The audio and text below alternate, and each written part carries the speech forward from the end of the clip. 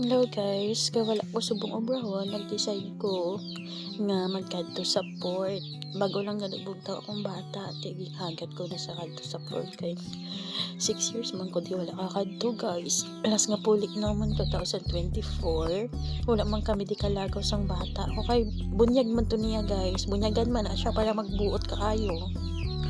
Amo na ning itsura ka port subong dira wala na yung tubig, diri may tubig na diri banda o na. May mga bato man Japon man Japon ang mga bato nga kung depressed kasi imo ka buhi, kuha ka lang da isa ka ilampo sa ulo mo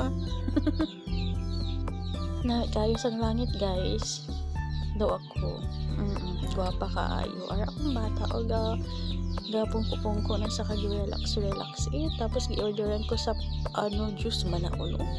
Tapos ari kami nga duwa, ang tawa bala mo itsura nga duwa sa pagkagwapa do ang dagat man. Ara o. Parting nga pa ha.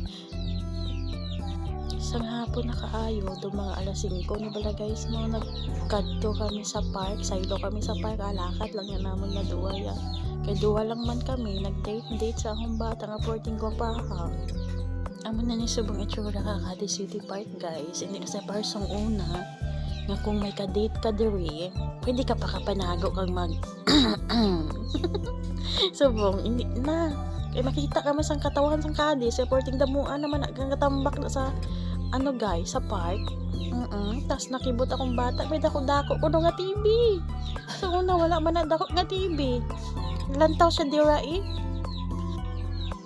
tapos amo na siya ang view na may dako nga TV. Tapos dito may naga-skate dito, tapos may gabaligi ako cotton candy. Di gusto ya makaon sa cotton candy. Di wala ko sa baklan kay dalok-dalok man ko guys.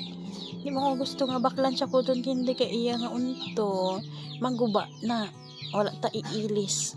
Tapos lantaw kung di kadali sang naga-skate o ang lingaw mambaya diri sa park guys, makadula man problema. Tapos dumaulan na.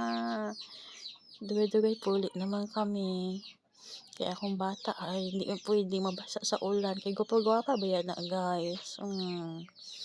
Tiyan mo na siya nga akong vlog Bye guys.